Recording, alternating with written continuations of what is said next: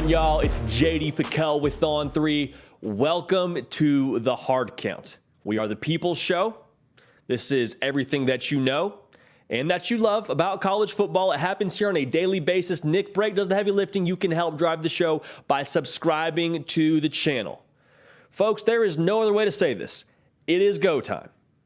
This time next week at 7 Eastern, 6 Central at Sunday, we're going to be talking about what Nebraska did in Ireland against Northwestern. We're going to be talking about the backyard brawl in a matter of days from that upcoming Sunday. On that coming Thursday, it is football time. So there is no more time to be wasted. There is no more missing shows. There is no more, I'll get to it later. No, we have to band together now more than ever to attack this college football season. We had a saying when I was playing college ball, attack mode. You embrace it, you get after it, and you do it with your teammates. I like to think we're something of teammates. So with all that to be said, we got a great show lined up for you tonight. Going to talk a little bit about Ohio State. Our folks at Letterman Row got some great intel for us for all things fall camp. Going to get into that. Going to talk about Oklahoma's offense and what we can expect from them in terms of a complementary play style. Also going to talk about the Sunshine State, Florida, Miami. Who's poised for the best 2022 campaign? But first, we got to talk about the news in Austin. Quinn Ewers, as of Friday afternoon, I suppose it was named the starting quarterback for the Texas Longhorns. He is now QB1 in Austin. Now, this is in some way, shape, or form, a surprise to a lot of the people that covered Texas. A lot of people had said, okay, Hudson Card has had the best showing in fall camp. Looks like he's in the most command of the offense. He's the most developed. He's going into his third year as a quarterback at the college level. Like, he's the guy that can get Texas to the most stable place. So Quinn Ewers being named the starting quarterback, if we're going to assume those reports are true, which I don't think anyone's trying to pull a fast one on anybody, we have to look at what this means and what Steve Sarkisian ultimately made this decision based on. To me, this says Steve Sarkisian is betting on Quinn Ewers' potential. That's not to say Quinn Ewers isn't ready to play or he's not developed enough or anything like that. Quinn Ewers has the highest ceiling of any of the quarterbacks on this roster. If you remember correctly, he was supposed to be graduating high school this time last year. He was supposed to just have finished up his senior season, probably enrolled in December, but if he didn't, he would have enjoyed his senior spring, had his senioritis, gotten to Texas, gotten into fall camp. So he's still figuring out what it's like to be a college quarterback. He had a year in Columbus, more or less, and then he gets to Texas in the spring, and now he's named the starting quarterback. And so with all of the offensive weapons that they have at Texas, outside of Bijan Robinson, I know Isaiah Neyor went down, you still have got guys on this offense that need to see the football. And so Quinn Ewers being named the starting quarterback to me says he gives us the best chance to have an explosive offense. Now, here's one thing I'm really looking at. What happens when the boat gets rocked? Say week 2, Alabama comes to town. It's about 110 degrees at game time. What happens if Alabama does what they are assumed going to do, according to Las Vegas? Let's say Alabama wins that game by 2 scores. Do you have the steady hand?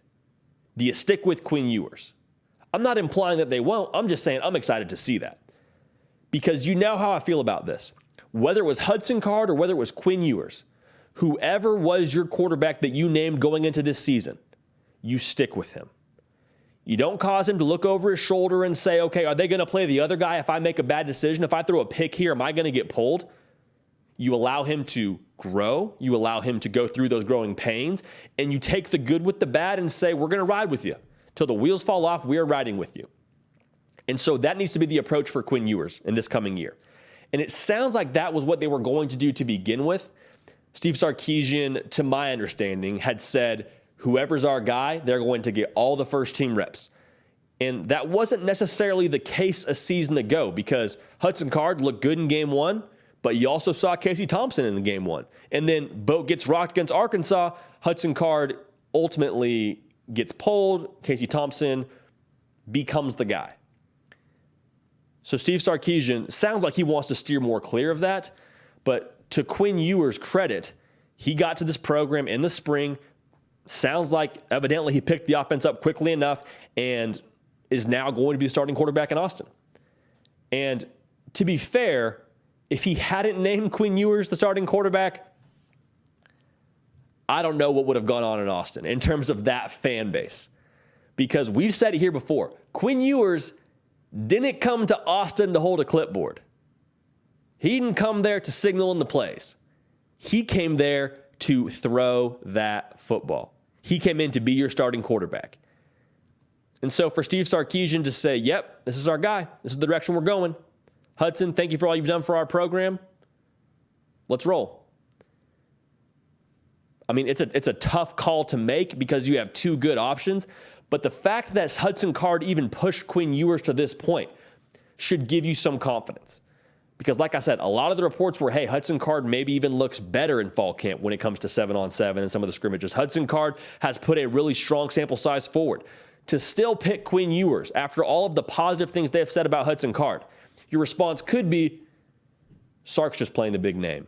Sark's just playing the guy that's going to keep the fan base happy. That could be your approach.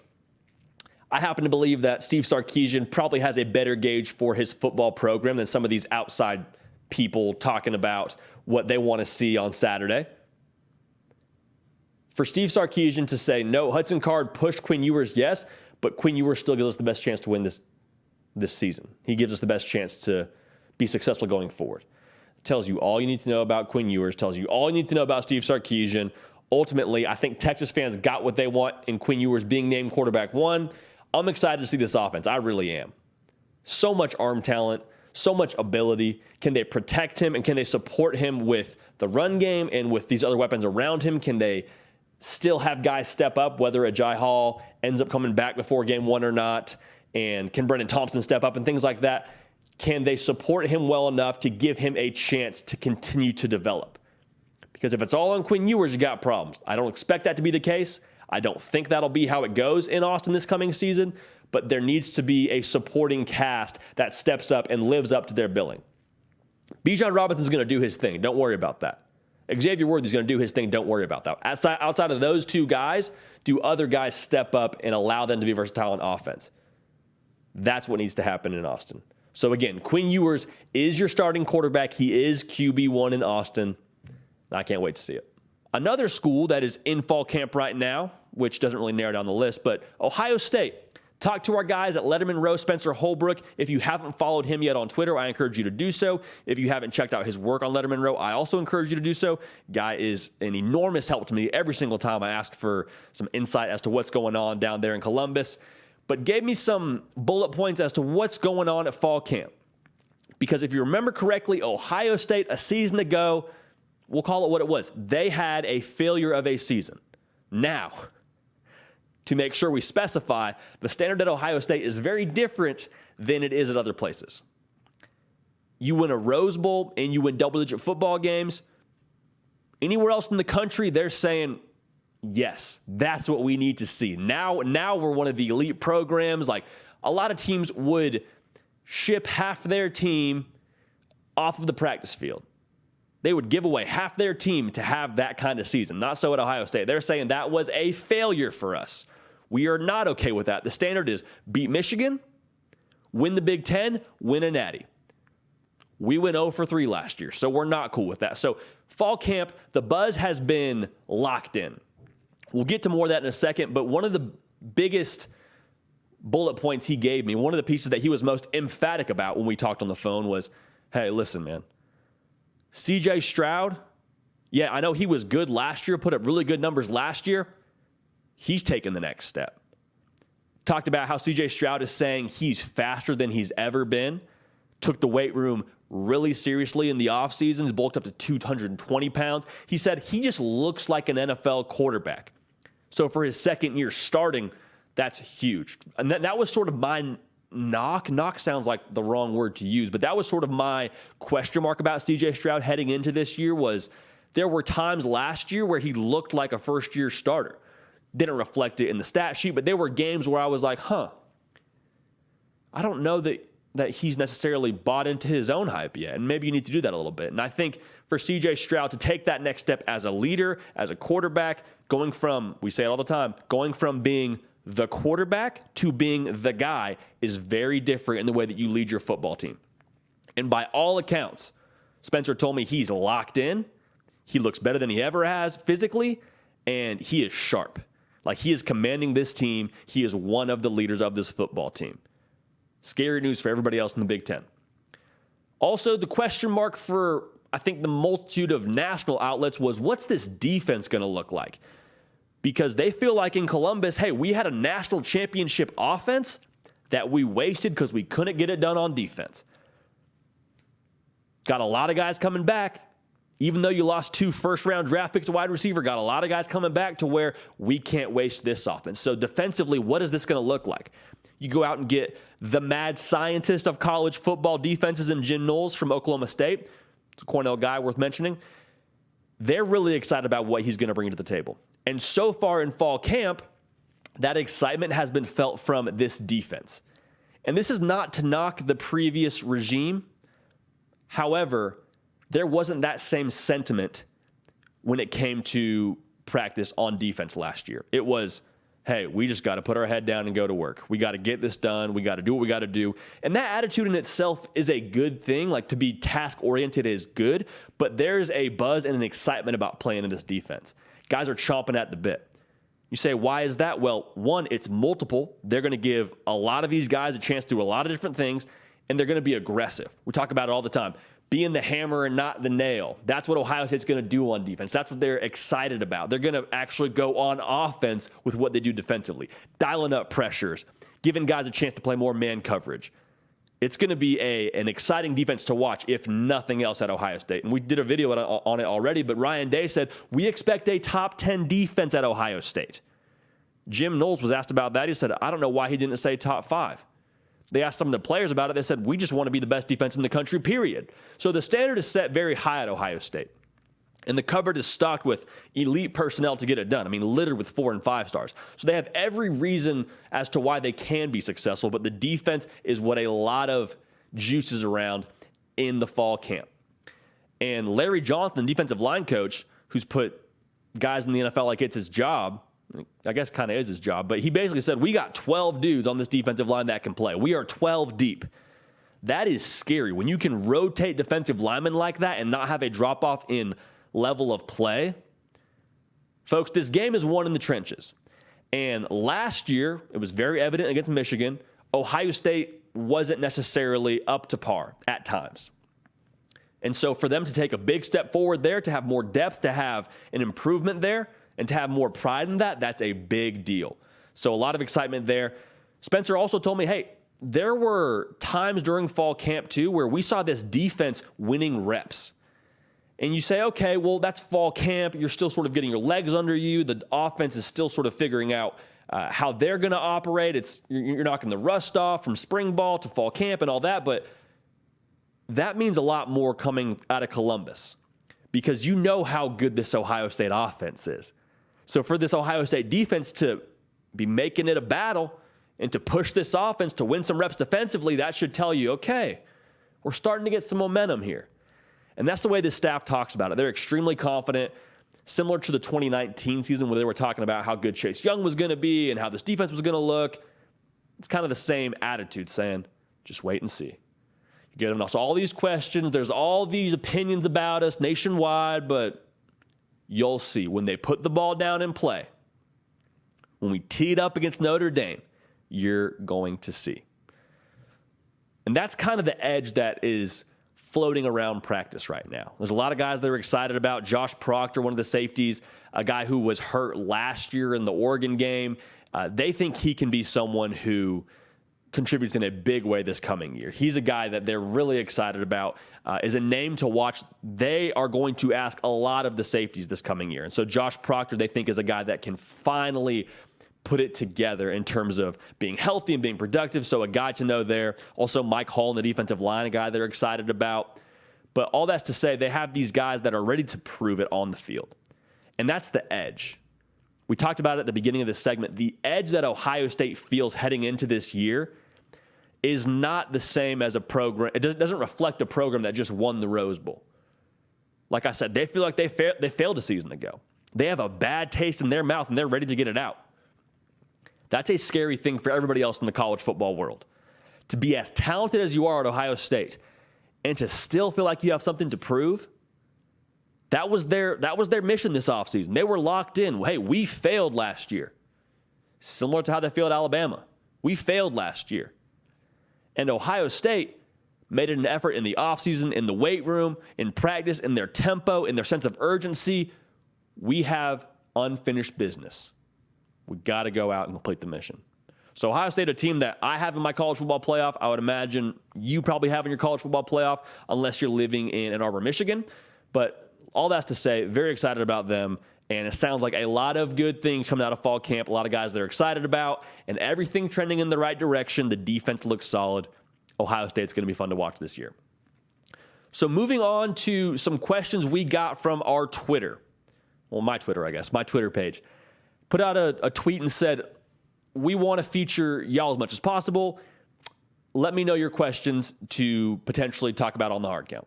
And that's going to be the method we use going forward. Probably be, depending on the podcast feed as well, really leaning on that. Like I said, if we get a 5-star review and a question, we're going to do our best to get to those. So again, 5-star review, question. It's how we can have segments like this. So we got a tweet from Sulphur Sooner, and he says, do you see the revamped offense actually being complementary at Oklahoma? And I think the concern there, if I'm reading between the lines, what the question is this offense is going to run a lot of plays. It's going to be very high tempo. It's going to be pedal to the metal, rock and roll, a lot of plays. That's a good thing as long as you're converting first downs. Because if you go 3 and out in a matter of 10 seconds, incomplete pass, stopped on third down, well, guess what? The defense, who was just out there a few minutes ago, barely got the chance to sit down and look at the previous drive and get some water before they're back out on the field. So it doesn't complement the defense if your offense can't get anything done. And it's a little bit more of a delicate balance because of how many plays you run and how quickly you go. It leaves you a little bit exposed to ultimately get your defense worn out. And that's kind of what complementary means ultimately, is essentially, does the offense cater to making the defense better in this scenario? And to answer your question, Sulphur Sooner, yes, I believe it does, and here's why.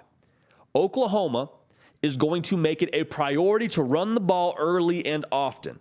So even if they're getting stopped on third down and they go 3 and out, I would venture to say more often than not, 1.5 to 2 of those plays will be run. So they're going to take time off the clock in that way. Even if they're getting to the line real quick, the clock's still ticking. In addition to that, Dylan Gabriel is a really efficient passer for his career. He's like 62% completion percentage. Reunited with Jeff Lebby. I know we've talked about that ad nauseum, but he's very efficient with his passes. So one that tells you the ball's going to the right place. He's accurate, but the ball is getting completed a lot, which again means chains keep moving. At the very least, the clock keeps running. So you're not having these scenarios quite as frequently where you're throwing it out to your guy and it's incomplete and no time's off the clock, and the defense is now, again, dog tired, got to go back out there. So that's something that I would look at. In addition, going back to what they're going to do running the ball, they feel real good about this running back room. Eric Gray, I would expect to be RB1. I think they'll probably have some guys they mix in as well. I think it'll be a little bit more by committee. They are raving about DeMarco Murray down there. They love what he's done with this running back room. They love how he's coached them up. They feel good about what they have there depth-wise. So ultimately, what it comes down to is, if you score as an offense, you put pressure on the opposition. You're saying no, duh. Well, in terms of complementary football, how do you think the opposing offense is calling it if they're down 17-0 in the second quarter? Maybe you start to press. Maybe you start to feel a little more sense of urgency. You get out of your own game plan, and you're now operating at a level that you don't really want to operate at. You can't just call the normal offense that you would call, because you got to get points. Because guess what? Oklahoma's going a mile a minute, and they're scoring a lot of points, and they're putting the pressure on you to match them. And so when you get out of your comfort zone as an offense, it allows the defense to be a little bit more creative and to play more free and to ultimately know what's going to come their way. They know that, hey, they got to score points. They may be throwing the ball more this down. They got to score points. Make sure nothing behind us. Because if they just want to stay in their own, consistent, offense that they would usually run, if it's 0-0, well, then you're running the risk of Oklahoma running you out of the building. You can't trade a 3 every other drive for 14 points. Doesn't work that way. That's how you get blown out of games. So I very, very strongly believe this offense will be complementary to the defense. I think it's going to work. I think it's going to work fast. That's why I feel so good about Oklahoma. Jeff Lebby and Dylan Gabriel, I have said it once, said it 1,000 times on this show. It's going to be a quick marriage. I think it does wonders for Oklahoma, and I think you see that trickle over to the offense. From the offense to the defense. It's going to be a good thing in Norman. So sulfur sweetener, not to worry. Another question we got, and this is one of the best Twitter names out there, @Jigmatic. Who will have a better season of the big three? He's referring to, of course, Miami, Florida, and Florida State. So in the Sunshine State, who has the best 2022? Now I want to make it very clear. The answer to this question may be, how do I say this? In 2022, Miami, Florida, and Florida State, whoever has the best season in 2022, it may not look the same in 4 years. So the answer to 2022 does not necessarily mean the same thing for 2025. Now, the reason why that's important to say, you have 2 of these 3 schools that have a first-year head coach in Florida and in Miami. And Florida State, Mike Norvell, in my humble opinion, needs to win now. He needs to show something. He needs to show some ROI to that administration. So we're going to go down the list here, talk about each program, and give you my answer at the end of this segment as to who will have the best 2022. So for Miami, new coach Amara Cristobal, like we talked about, you have a borderline elite quarterback in Tyler Van Dyke. So right off the bat, you have 2 of the most critical factors in success in the game of football, college or pro, checked. Because I believe in Mario Cristobal. If you don't, it's a whole other conversation, but I do. I think he's got them headed the right direction. I think you take on his persona of don't flinch and no nonsense and high intensity and urgency, just all the things that equate to a successful program. I think Mario Cristobal is made of those ingredients. So my question marks is the defense really revamped? Because a season ago, they allowed around 30 points a game. It is really hard, no matter how good your quarterback is, it is really hard to be successful week in and week out if you're allowing 30 points a game. And the schedule is not kind to Miami. They go to A&M, they go to Clemson. Right off the bat, 2 games that are going to be tough to play in if you're allowing 30 points a game. And that's me saying I believe in Tyler Van Dyke. In addition to that, your wide receiver one, Keyshawn Smith, he's a guy that you are asking to step up, and you're replacing a Charleston Rambo. So somebody, if it's not him, it's got to be somebody else on this roster that adds an element of taking the top off the defense. Running back room is deep, but can they hold up enough of the physicality on the defensive side, and can they have explosiveness on the offensive side to get to where they want to go? For Florida Gators down there in Gainesville, Mr. Scared Money Don't Make No Money, Billy Napier. He is coming into a program where he is, similar to Miami and Mario Cristobal, he is doing a 180 in terms of the way they approach things. He is recruiting really hard, and a lot of this hinges for Florida, Miami as well, I guess you could say, but for Florida, they have a less proven commodity in Anthony Richardson.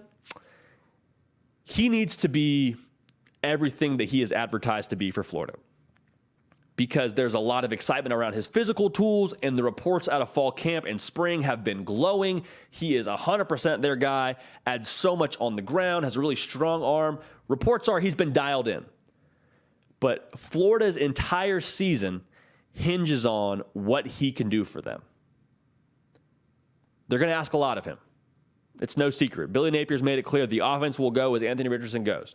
And in year 1, he needs to ball out for them to be successful and for them to be the answer to this question. I'm confident in the personnel that they have on defense, but there needs to be a sense of urgency with stopping the run, because they're great rushing the passer, but you got Jervon Dexter in the middle. Outside of that, I don't know who's going to stop the run for you. They didn't do a great job of it last year. Over 150 yards a game, I believe it was. They weren't great stopping the run. in the SEC, in the game of football in general, but especially in the SEC, you have to play the trenches well. You have to be a force in the trenches. Because guess what? Georgia's in your conference. Alabama's in your conference. Arkansas's in your conference. People throughout the SEC are going to lean on you. If you're Florida or someone else, you're going to get leaned on up front if you can't take care of business in the middle. So the depth there concerns me a little bit, but otherwise the personnel is really solid. Brenton Cox, Ventrell Miller. There's a lot of guys they're excited about. Devin Moore on the outside is a guy that we have on our preseason true freshman All-American team. So the personnel is there, but how much do you get on that side? Going back to the offense, similar to Miami, do you have a wide receiver one that's going to step up and be a threat for you? They got a lot of guys that they feel good about in-house, but a lot of guys that are unproven. Now, Ricky Pearsall has earned the number 1 jersey. He was a transfer from Arizona State, now finding himself at Florida. And he is a guy that they have raved about in the short time he's been in Gainesville. So again, if AR can be the guy, if AR can get him the football, if AR can be the playmaker they're expecting him to be, Florida's got a chance to be really, really good. Because they got enough on defense, especially if they can plug up that middle a little better. They got enough on defense to where, okay, this offense can roll. Depth at the running back spot as well with Montrell Johnson, a transfer from Louisiana they're excited about. They're probably 3 or 4 deep in that room. They can roll if they get what they need from Anthony Richardson. So that's Florida. Now, Florida State, I'm going to spend a little bit less time on, and that's not to knock the Noles. They're just a different situation. To me, it comes down to personnel. Because Mike Norvell, it's been very, very clear he needs to win this year. 5-7 last year in 2021. It's not going to cut it. They need to see some ROI. Now, he hasn't had a perfect set of circumstances. Jordan Travis is the guy that they're excited about at quarterback. That's been good reports for him. What do you have up front on the offensive line? Is the way that you retooled your program via the transfer portal, is that effective? Do you have the personnel to win 7 or 8 games? That's what it comes down to for me. Paired with that is the Jordan Travis concerns, because 15 touchdowns, 6 interceptions a year ago. I know he wasn't getting all the snaps last year with Mackenzie Milton getting some time. Is Jordan Travis the answer at quarterback? I pause for dramatic effect to allow you the chance to answer. Is he your answer at quarterback to win you 7 or 8 games? I still have my reservations. We're going to see. A guy that I am excited about out of Florida State, Micah Pittman, transfer from Oregon. They've been pleased with him and his development in fall camp. A guy that started off a little bit slower, and Mike Norvell said he had some practices early on that weren't up to his standards. Speaking to Micah Pittman, has a high standard for himself, but I think he's going to be a guy that is someone who infuses some excitement and some explosive playability into that offense. So we'll see what happens, but ultimately I think for Florida State, the personnel is not yet there to where I think they're going to be a force in the Sunshine State. I root for Mike Norvell. I think he's a great coach, a great offensive mind. We saw what he did at Memphis, but I don't know that you have what you need at quarterback. Even if they're excited about what they have with him at quarterback from fall camp reports, I still have my reservations. I hope I'm wrong, but we're going to see. So then this becomes a matter of, okay, do you like Miami or do you like Florida for 2022? This is not a cop-out, but I have picked both of these programs to finish 9-3. And to some extent, you're saying, okay, you're picking games in August that are going to happen past mid-October. We're all guessing at that point, right? Like, there's no real logic that can be applied to a game that's going to happen November, second week of November, third week of November. Like, we're all sort of guessing at that point, right? But the way that this could shake out, the way that this could ultimately evolve is, I think both programs could win 9 games. I'll just say it. A lot of it, though, does hinge on AR for Florida, whereas I think they have more that I'm certain about at Miami on the offensive side of the ball at the very least. Because Anthony Richardson, to be fair, we've seen a smaller sample size from him. But all that's to say, okay, I got both programs going 9-3, which would be great. I think you would take that from both sides. I mean, I think Miami would be happy with 9-3. I think Florida would be happy with 9-3. The thing that I want to stress is 9-3 in the ACC probably gets you more than it does in the SEC. Because for Florida, to win the East, you got to probably finish with one loss, assuming that Georgia kind of runs the table. So that's tough. However, 9-3 for Miami, I think if you do lose that game to A&M, if you do lose to Clemson, I'm not saying it's going to happen, but if you do lose to Clemson, you probably still find yourself in that ACC title game. So by nature of accolades, you say, okay, well, the Miami had the better season because they found themselves in the title game. Well, Florida had the same number of wins and losses as Miami, and they just happened to play in the toughest conference in the entire country. So if you're making me answer this question by nature of accomplishment, I would say Miami for getting to their conference title game, but for Florida to go 9-3 in the SEC in year one under Billy Napier and Anthony Richardson's really first year as the starting quarterback, I think that's a great sign for both programs. Again, we pull for Florida State here. I hope Mike Norvell figures it out. I would absolutely love for all three of these programs to be firing on all cylinders and for them to just absolutely gladiator each other when it comes to recruiting and when it comes to the entire college football landscape. I think that's great for the sport. Not saying it's bad for the sport when they're not, but I think it's better when you have all three of these programs on their game.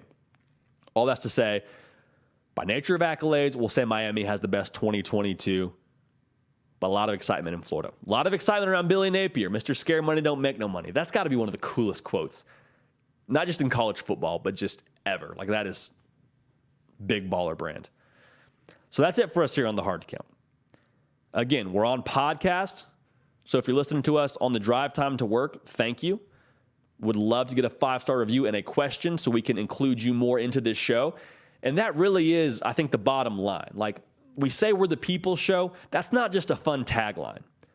I was doing this show not that long ago, a few months ago in Waco, Texas, on my lunch break of my 8 to 5 job. I was going in, knocking out a few videos, getting back to work before I had to start work again. So when I say the people's show, like, the only difference is I'm sitting up here with a mic. But we live, we breathe college football, and it's about that time of year where they finally get back to playing games, the talking dies down a little bit, and the pads start to do more of the talking. That's what this is about. So we thank you for subscribing to the channel in advance. Thank you for leaving a 5-star review in advance. And let's get this thing rolling, boys and girls. Let's get this party started. Keep the party started. We're going to keep the party rolling regardless, and we will see y'all next time. Hey y'all, thanks so much for watching. Subscribe to the channel here to make sure you don't miss an episode of The Hard Count. Also be sure to check out other videos on the On3 YouTube channel.